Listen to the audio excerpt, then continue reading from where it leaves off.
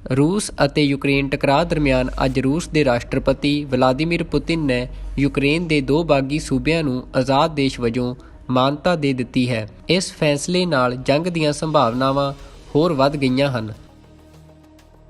Putin ਨੇ ਰੂਸ ਦੀ ਸਰਹੱਦ ਨਾਲ ਲੱਗਦੇ ਡੋਨਸਕ ਅਤੇ ਲੁਹਾਂਸਕ ਸੂਬਿਆਂ ਦੀ ਆਜ਼ਾਦੀ ਨੂੰ ਮਾਨਤਾ ਦੇਣ ਦੇ ਦਸਤਾਵੇਜ਼ਾਂ 'ਤੇ ਦਸਤਖਤ ਕਰ ਦਿੱਤੇ ਹਨ। ਇਨ੍ਹਾਂ ਸੂਬਿਆਂ ਵਿੱਚ ਯੂਕਰੇਨ ਤੋਂ ਵੱਖ ਹੋਣ ਦੀ ਲੰਬੇ ਸਮੇਂ ਤੋਂ ਮੁਹਿੰਮ ਚੱਲ ਰਹੀ ਸੀ, ਜਿਸ ਦਾ ਰੂਸ ਸਮਰਥਨ ਕਰਦਾ ਆ ਰਿਹਾ ਸੀ। ਅੱਜ ਟੈਲੀਵਿਜ਼ਨ ਸੁਨੇਹੇ ਰਾਹੀਂ ਰੂਸ ਦੇ ਰਾਸ਼ਟਰਪਤੀ ਵਲਾਦੀਮੀਰ ਪੁਤਿਨ ਨੇ ਇਹ ਐਲਾਨ ਕੀਤਾ ਅਤੇ ਉਹਨਾਂ ਨੂੰ ਮਾਨਤਾ ਦੇਣ ਦੇ ਦਸਤਾਵੇਜ਼ਾਂ 'ਤੇ ਦਸਤਖਤ ਕਰਦੇ ਵਿਖਾਇਆ ਗਿਆ ਹੈ। ਅਮਰੀਕਾ ਦੀਆਂ ਧਮਕੀਆਂ ਨੂੰ ਨਜ਼ਰਅੰਦਾਜ਼ ਕਰਦਿਆਂ ਰੂਸ ਵੱਲੋਂ ਚੁੱਕੇ ਇਸ ਕਦਮ ਨਾਲ ਯੂਰਪ ਵਿੱਚ ਹਾਲਾਤ ਤਣਾਅਪੂਰਨ ਬਣ ਗਏ ਹਨ।